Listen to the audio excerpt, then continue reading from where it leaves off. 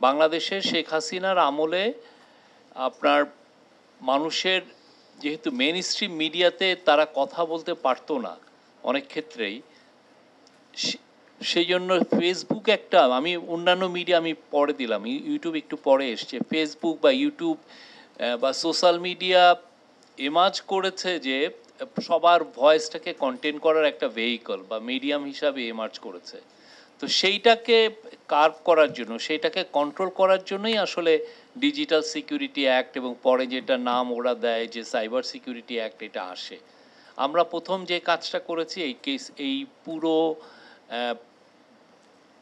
যেই অ্যাক্টটাকে আমরা বাদ দিয়েছি, নতুন অ্যাক্ট এসছে এবং নতুন অ্যাক্ট করার ক্ষেত্রে প্রথমে অনেক ধরনের অনেকে কথা বলেছেন, আমরা প্রত্যেকটা গ্রুপের সাথে কথা বলেছি এবং এটা কনসালটেশন করে যেটা এসছে আমরা মনে করি যে এটা ইউনিভার্সালি অ্যাকসেপ্টেড, সবাই মতামত দিয়েছেন এবং এটা আমরা মনে করি না যে এটার মাধ্যমে কারো কেউ অন্তত কোনো গ্রুপ বলতে পারবে যে তার প্রেস ফ্রিডমে আমরা এফেক্ট করছি।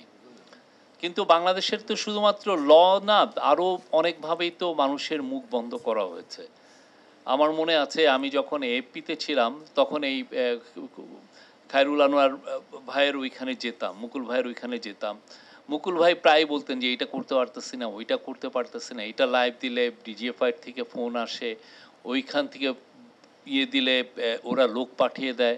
এটা ছিল নিত্য নৈমিত্তিক ওনার গল্প, একদিন না, এটা প্রায় আমি ওনার এখানে যেতাম, চা খেতাম, ওনাদের চাটা ভালো ছিল, উনি উনি প্রায় এই গল্পগুলো করতেন। তা আপনারা দেখেন আমরা 11 মাসে আমরা চেষ্টা করেছি এবং আমাদের তরফ থেকে বারবার বলা হয়েছে যে কোনো ধরনের কোনো সিক্রেট এজেন্সি, কোনো ধরনের কোনো ইন্টেলিজেন্স এজেন্সি যেন কোনো টিভি মিডিয়াকে বা নিউজ পেপারকে, কাউকে বা কোনো সাংবাদিককে কোনো একটা যেন ফোন না করে। যদি কেউ ভুল তথ্য দেয়, কেউ কেউ কেউ অপতথ্য দেয়, সেটা সরকারের একটা মেকানিজম আছে, সরকার সেটা দেখবে। আমরা বলবো, আমি একজনকে বলিও যে আপনার এই এই এই নিউজটা ভুল আছে, আপনি এই জিনিসটা ঠিকমতো দিচ্ছেন না। কিন্তু এই যে আগে যেটা ছিল যে আপনি সিক্রেট এজেন্সি দিয়ে একটা ভয়ের সংস্কৃতি ইয়ে করে আপনাকে মুখটারে বন্ধ করা, এটা কিন্তু আমি বলবো যে আমরা এটা করতে পেরেছি। আপনারা যদি তারপরেও কেউ যদি কোনো থ্রেট পান, আমি আবার আপনাদেরকে বলি আমাদেরকে জানাবেন, আবারও বলি, কেননা এই জিনিসটা তো আর এমন না যে এই আগে কয়দিন হয় নাই যে নতুন করে আবার হবে না, বা দু একটা হয়ও নাই, আমি তো ওই গ্যারান্টি, কেউ হয়তো আমাকে বলছেন না। আমরা চাই আপনারা এই বিষয়ে সোচ্চার হন, এটা আপনাদের জন্যই। সামনে আর একটা পলিটিক্যাল গভর্নমেন্ট আসবে, তখনও যাতে আপনি এই ফ্রিডমটা এনজয় করেন যে আপনি যে রিপোর্টের জন্য আপনাকে কেউ ফোন দিবেন। আপনি ভুল করতেই পারি, আমি জার্নালিস্ট হলে ভুল করাটা এটা আমার স্বাভাবিক।